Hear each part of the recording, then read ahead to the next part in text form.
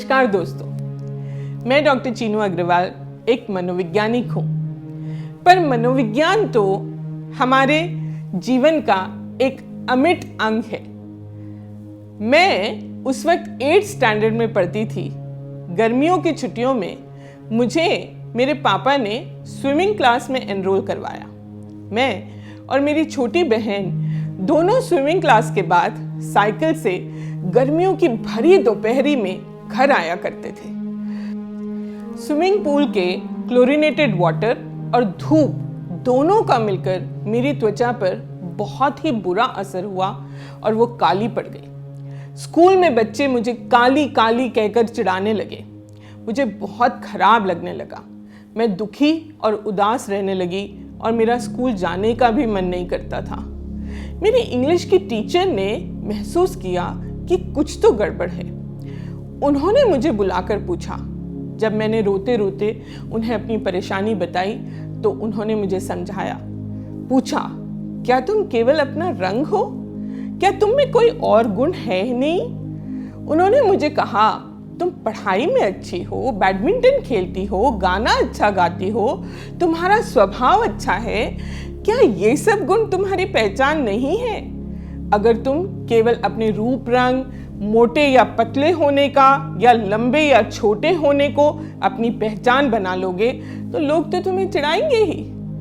क्यों ना तुम ये स्वीकार करना सीख लो कि हम सब में कुछ अच्छाइयाँ हैं तो कुछ कमियाँ भी हैं। हम अच्छाइयों पर ध्यान देंगे तो हमारा आत्मविश्वास बढ़ेगा और कमियों पर ध्यान देकर उन्हें सुधारने की कोशिश करेंगे तो वो भी दूर हो सकती है।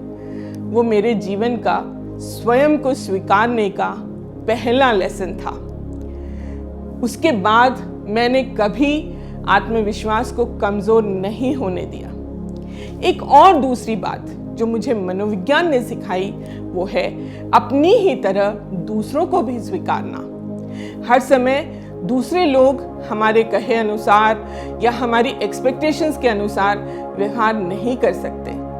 हम स्कूल में बहुत जल्दी अपने दोस्तों से रूठ जाते हैं, उनसे झगड़ा कर बैठते हैं। कई बार कोई हमसे अच्छे से बात करता है, हमारी मदद करता है, हमारे साथ खेलता है, पर एक बार जब वह नहीं आता तो हम उसकी इस बात को स्वीकार नहीं कर पाते। 100 में से 99 बार कोई हमसे अच्छे से बात करता है, हमारी मदद करता है, हमारे साथ खेलता है, पर अगर 100 में से एक बार वो ना आए तो हम उसे स्वीकार नहीं कर पाते और कभी कभी तो दोस्ती ही तोड़ बैठते हैं।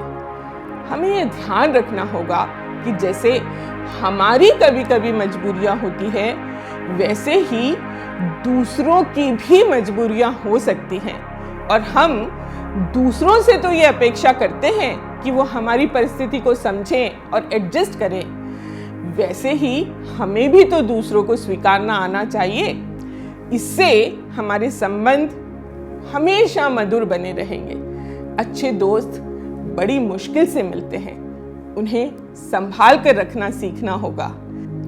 इसी तरह जीवन भी हर समय एक सा नहीं होता।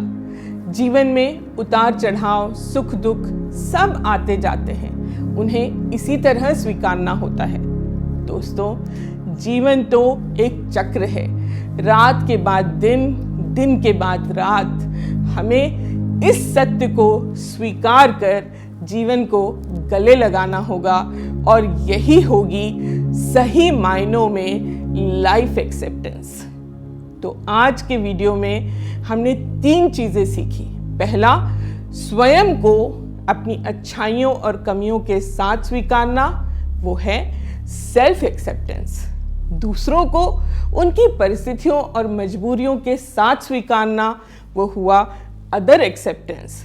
और लाइफ को उसकी सारी अनसर्टेनिटीज के साथ स्वीकारना, वो हुआ लाइफ एक्सेप्टेंस। धन्यवाद।